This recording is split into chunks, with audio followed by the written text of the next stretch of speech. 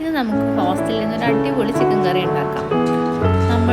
ഇതൊരു നമ്മുടെ വെജിറ്റബിൾസും അതുപോലെ തന്നെ നല്ലൊരു സ്പൈസി ആയിട്ടുള്ള ചിക്കൻ കറിയാണ് ഉണ്ടാക്കുന്നത്. ആദ്യം ഉള്ളിയിട്ട് നല്ലോണം വഴറ്റി ഇഞ്ചി ഗാർലിക് പേസ്റ്റിൽ നല്ലോണം വഴറ്റാം.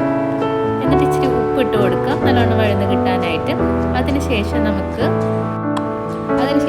ആവശ്യമായിട്ടുള്ള ഉപ്പും അതുപോലെ തന്നെ മുളക് പൊടിയും ചിക്കൻ മസാലയും അതുപോലെ തന്നെ നമ്മുടെ കയ്യിലുള്ള എല്ലാ പൊടികളും നമ്മുടെ ഗരം മസാല, മഞ്ഞൾപ്പൊടി അതുപോലെ തന്നെ എല്ലാം ഇട്ടിട്ട് നല്ലോണം അങ്ങോട്ട് വഴറ്റാം.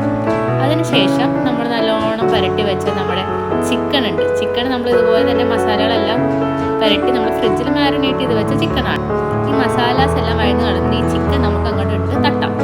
അത് കഴിഞ്ഞിട്ട് നല്ലോണം അങ്ങോട്ട് ഇതിനെ ഇളക്കി കൊടുക്കണം.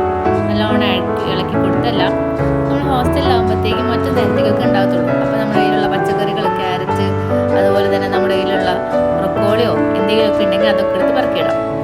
എന്നിട്ട് ഇതെല്ലാം കൂടിയിട്ട് നല്ലോണം മിക്സ് ചെയ്ത് വെക്കാം. അപ്പോൾ ചിക്കൻ്റെ ഒപ്പം നമുക്ക് വെജിറ്റബിൾസും എല്ലാം കൂടി കഴിക്കാൻ ഒറ്റ മീലായിട്ട് നമുക്ക് കൂട്ടാം.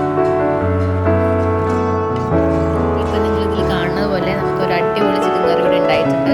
ഈ വെജിറ്റബിൾസും ഈ ബ്രോക്കലിയും അതുപോലെ തന്നെ ക്യാരറ്റും ചിക്കനും എല്ലാം കൂടി നല്ലപോലെ മിക്സ് ചെയ്ത് വന്നിട്ടുണ്ട്. അവസാനത്തെ സ്റ്റെപ്പായിട്ട് നമുക്ക് കുറച്ച് ക്യാപ്സിക്കം അധികം വേവ് വേണ്ടാത്ത സ്ഥിതിക്ക് നമുക്ക് ലാസ്റ്റാണ് ഇട്ടേക്കുന്നത്. അപ്പോൾ ഇത് വെച്ച് നമുക്കൊന്ന് മിക്സ് ചെയ്യാം. നമ്മൾ ഒറ്റ മീലൊക്കെ അല്ലേ കഴിക്കത്തുള്ളൂ. ഹോസ്റ്റലിലാകുമ്പോഴത്തേക്ക് നമുക്ക് അത്ര സമയമൊന്നുമില്ല, എപ്പോഴും ഡ്യൂട്ടി വയ്ക്കാം.